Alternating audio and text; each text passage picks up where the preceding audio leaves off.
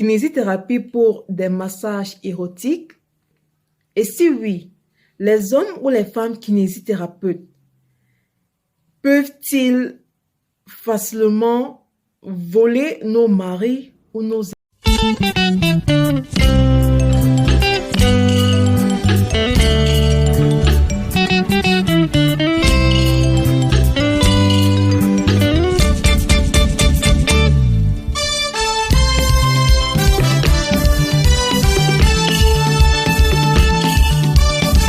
Hello guys, my name is Hilary Nwana. I am a final year physical therapy student and a massage therapist. And today I'm going to be answering 13 questions about physical therapy.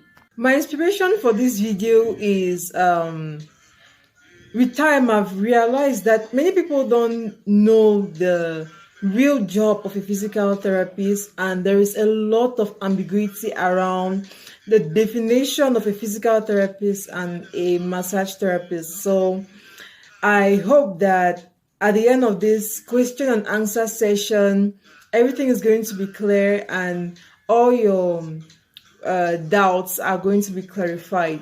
So without wasting any more time, let's get right into it. The first question is from my favorite YouTuber, Sunjo Karen. And her question is, what is physical therapy all about and what's the importance? Now I'm going to give you the most easy definition about physical therapy. Physical therapy is a medical field which focuses on restoring functional movements. By functional movements, I'm talking about walking, climbing upstairs, sitting down, standing, taking something from the shelf. That's physical therapy. And therefore, physical therapy is going to intervene in the treatment of any illness which causes you mobility limitations, movement disorders, and pain. Physical therapy is going to intervene in the treatment of all those pathologies. A physical therapist is going to use exercises, thermotherapy, which is using heat, cryotherapy, which is using ice or cold temperature, electrical stimulation, hydrotherapy, so many things in order to heal a patient. But the key word in physical therapy is it is a non-invasive method of treatment. And talking about the importance of physical therapy, it can be both corrective and preventive. By preventive, it means you can visit a physical therapist to avoid certain pathologies. And by corrective, I mean even after getting this pathology, you can visit the physical therapist to help you with treatment. Second question by Pearl. Pearl would like to know if there are specialties in physical therapy and can you go up to the level of being a professor in physical therapy? So Pearl, to answer your question, yes, there are many specialties in physical therapy. Just to name a few, we have pediatrics, we have neurology, we have cardiorespiratory, we have vestibular rehabilitation, we have pelvic floor physical therapy, we have orthopedics, we have massage therapy, we have, well, there are many, like I said, just to name a few. And I don't know about doctors in physical therapy in Cameroon, but yes, it's possible to be, I don't know about professors in physical therapy in Cameroon, but it's very possible to be a doctor in physical therapy. Gériel aimerait savoir quand nous pouvons prendre contact avec un kinésithérapeute. Comme je l'avais tantôt dit, un kiné joue un rôle préventif et curatif. Donc, pour prévenir, pour éviter une maladie, vous pouvez visiter un kiné. Par exemple, pour éviter les douleurs lombaires, même si vous n'avez pas encore les douleurs lombaires, c'est-à-dire les douleurs au niveau du dos, pour éviter ça, vous pouvez partir voir un kiné pour faire une séance de kinésithérapie d'entretien. Mais maintenant, si la lombalgie est déjà là, donc s'il y a déjà cette douleur lombaire, vous pouvez maintenant partir voir un kinésithérapeute, mais là, le but sera curatif. Judith aimerait savoir le temps pour effectuer les études en kinésithérapie. Pour être un kinésithérapeute, ici au Cameroun, ça dure 3 à 5 ans. Il y a une question là, d'accord, venant de Fatima. Peut-on utiliser la kinésithérapie pour des massages érotiques? Et si oui, les hommes ou les femmes kinésithérapeutes peuvent-ils facilement voler nos maris ou nos époux? Eh bien, durant notre cursus académique, nous avons un cours, le cours de massothérapie, où on nous enseigne de bien faire les massages. Mais les massages, le but de ça, c'est pour contribuer dans le traitement du patient. Mais maintenant, si le kiné commence à utiliser pour ses raisons personnelles, là, ce sont ses raisons personnelles. Et si le patient tombe, là, c'est entre eux. Mais selon notre formation, nous ne sommes pas appris à voler les maris ou les femmes des gens. Donc, en d'autres termes, la kinésithérapie ou bien les manœuvres de manipulation de tissus mous ne sont pas utilisées pour des raisons érotiques. Et désolé de le dire, mais si on arrache ton homme ou ta femme, ça veut dire qu'il a voulu être arraché par la femme qui travaillait sur lui ou bien l'homme qui travaillait sur lui. Et ce n'est pas une affaire du kiné qui travaillait sur lui, parce que si je suis un homme, une femme vient travailler sur moi, je tombe pour elle à cause de ce qu'elle a fait sur moi. Ça veut dire que si aussi un homme qui vient travailler sur moi, je vais également tomber sur lui et devenir pédé. Mais ce n'est pas le cas. Donc cela montre que si un homme se fait arracher ou bien si une femme se fait arracher, ça veut dire qu'elle avait une attirance envers la personne qui travaillait sur lui. Et ce n'est pas parce que certaines manœuvres ont été utilisées sur lui. Prosper aimerait savoir si la kinésithérapie est vraiment efficace et si ce n'est pas seulement un gaspillage d'argent ou bien ce n'est pas seulement un traitement de riches, c'est-à-dire quelque chose que les riches partent faire pour se divertir, quoi. Eh bien, Prosper, la kinésithérapie, que ce soit pour un but préventif ou curatif, est vraiment, vraiment nécessaire.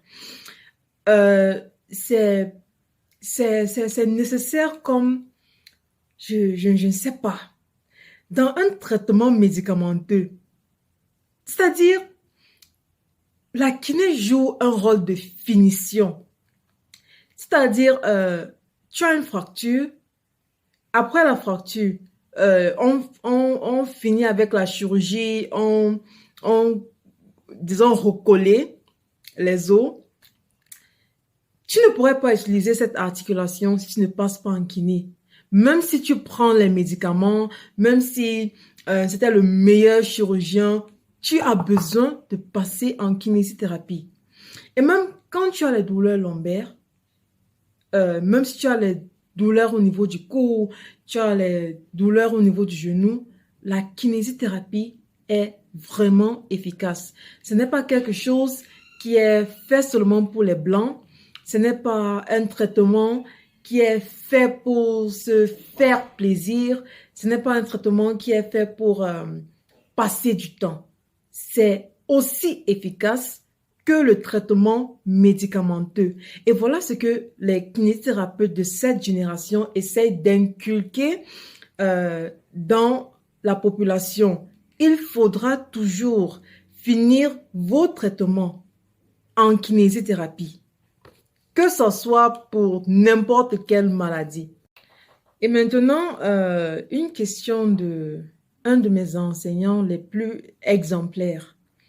Nous avons les patients à l'hôpital qui partent d'abord voir les kinésithérapeutes pour les traumatismes osseux et ces kinés parfois traumatisent davantage ces fractures et le patient vient vers le traumatologue quand c'est trop tard.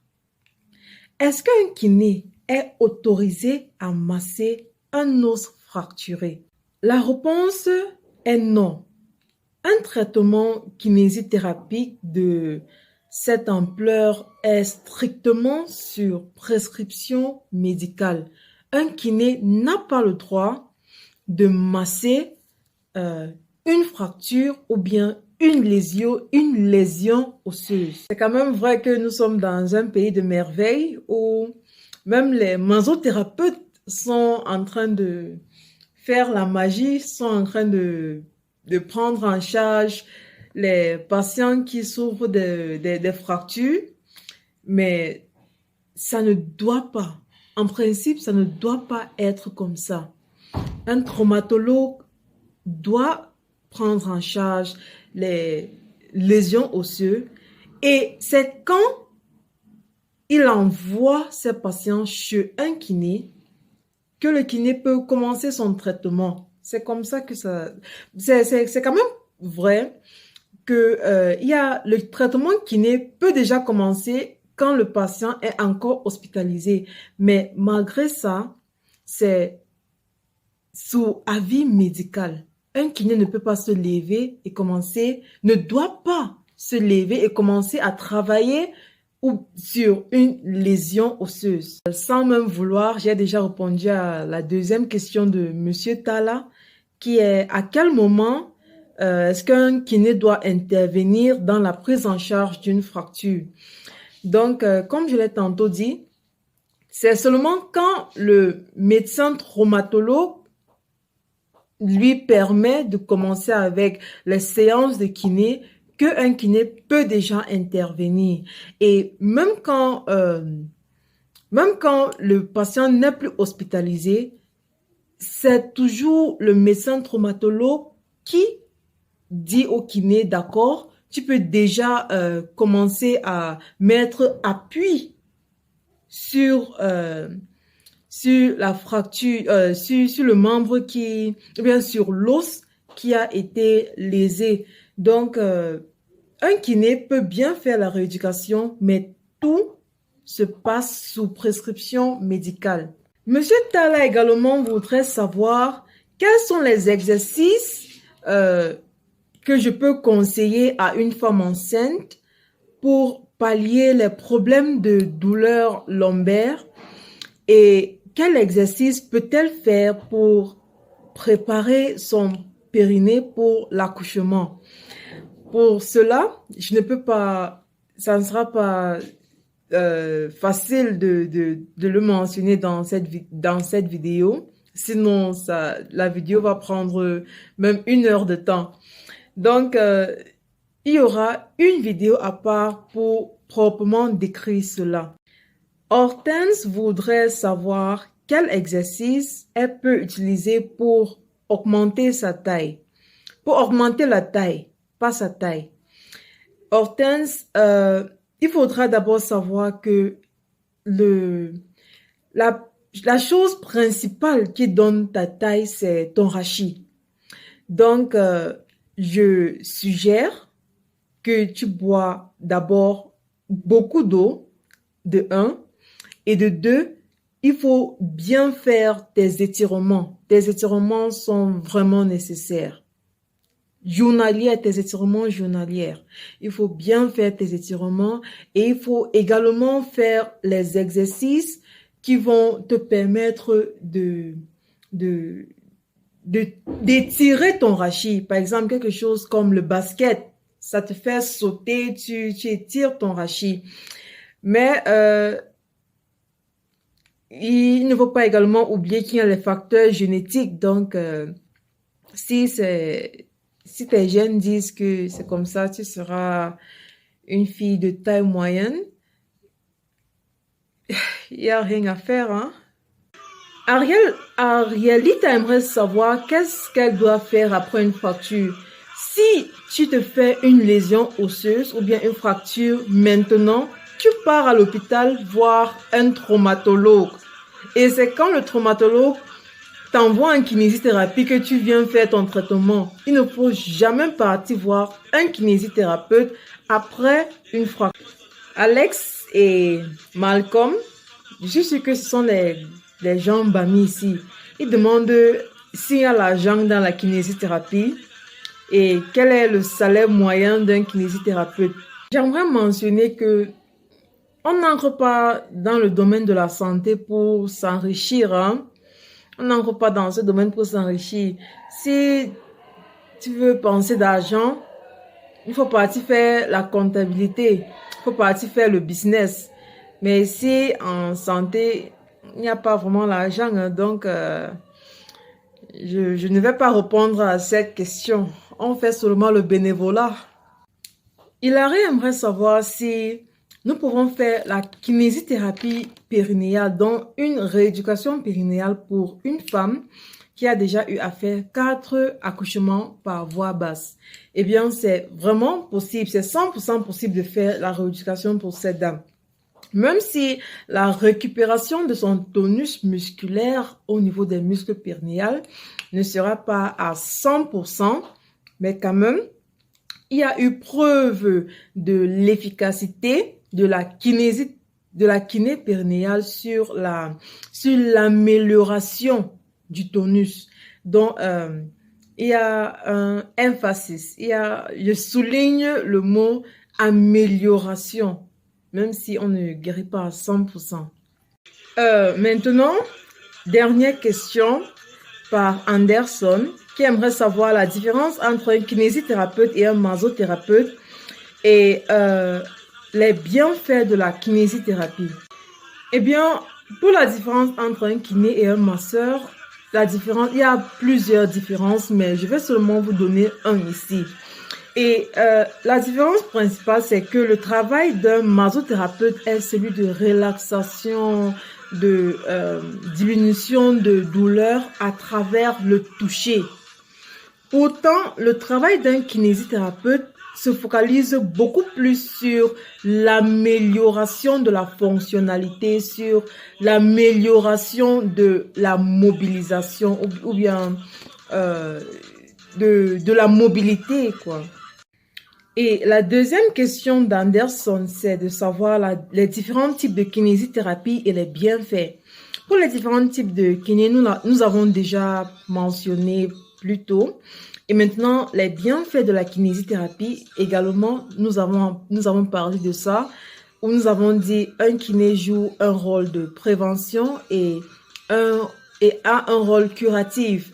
Donc, pour prévenir une pathologie, vous pouvez visiter un kiné, et également pour traiter une pathologie, vous pouvez visiter un kiné, et vous pouvez également visiter un kiné pour c'est-à-dire pour être à 100% de votre capacité. Par exemple, après avoir fait un palud, après une séquence de paludisme, il y a certaines séquelles comme les atrophies musculaires dues à un allaitement prolongé. Vous pouvez visiter un kiné pour vous aider avec les exercices de renforcement pour regagner votre tonus musculaire. Par exemple, après le Covid, vous pouvez visiter un kiné pour réavoir ou pour vous faire des séances de kinésithérapie respiratoire, malgré le fait que vous avez déjà été soigné par un médecin, il n'y a plus le virus dans votre corps, mais vous pouvez voir un kinésithérapeute pour vous aider à améliorer votre respiration. Donc, merci. Thank you so much for your questions. Thank you so much for watching this video. So do not forget to like and subscribe. And for more questions, just feel free to drop them in the comments section and I'm going to be there with you.